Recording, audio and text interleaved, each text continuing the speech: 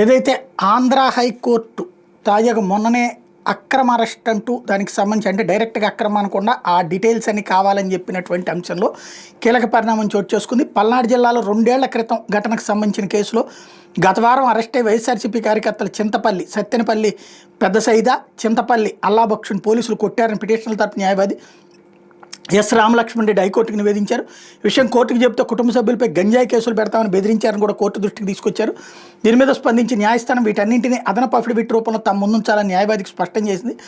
పెద్ద సైదా అల్లాబక్షు మీద నమోదు చేసిన కేసుకు సంబంధించిన కేసు డైరీ, రిమాండ్ రిపోర్టును తమ ముందుంచాలని పోలీసులను ఆదేశించింది. ఈ మేరకు న్యాయమూర్తులు జస్టిస్ రావు రఘునందనరావు, డాక్టర్ జస్టిస్ కుంభజేడల మన్మథరావు ధర్మాసనం బుధవారం ఉత్తర్వులు జారీ చేసింది. తదుపరి విచారణ ఈ నెల 16వ తేదీకి వాయిదా వేసింది. తన కుమారుడు పెద్ద సైదాను, తన మేనల్లుడు అల్లాబక్షుని పోలీసులు అక్రమంగా నిర్బంధించారని, వాళ్ళని కోర్టు ముందు హాజరుపరిచేలా ఆదేశాలు ఇవ్వాలంటూ పల్నాడు జిల్లా మాచివరం మండలం పిన్నెల్లికి చెందిన షేక్ చింతపల్లి నందే, గుంటూరు జానీ భాష వేర్వేరుగా హైకోర్టును ఆశ్రయించారు. హెబియస్ కార్పస్ రూపంలో దాఖలు చేసిన ఈ పిటిషన్లపై గత వారం విచారణ జరిపిన జస్టిస్ రావు రఘునందనరావు ధర్మాసనం కోర్టు ముందు హాజరుపరిచేంత వరకు పెద్ద సైదా అల్లాబక్షుని సీసీటీవీలకు కనిపించేలా పోలీస్ స్టేషన్లో ఉంచాలని మాచివరం పోలీసులను ఆదేశించి విచారణ ఏప్రిల్ 2కి వాయిదా వేసిన నేపథ్యంలో తాజాగా ఈ ఆర్డర్లు వేసింది.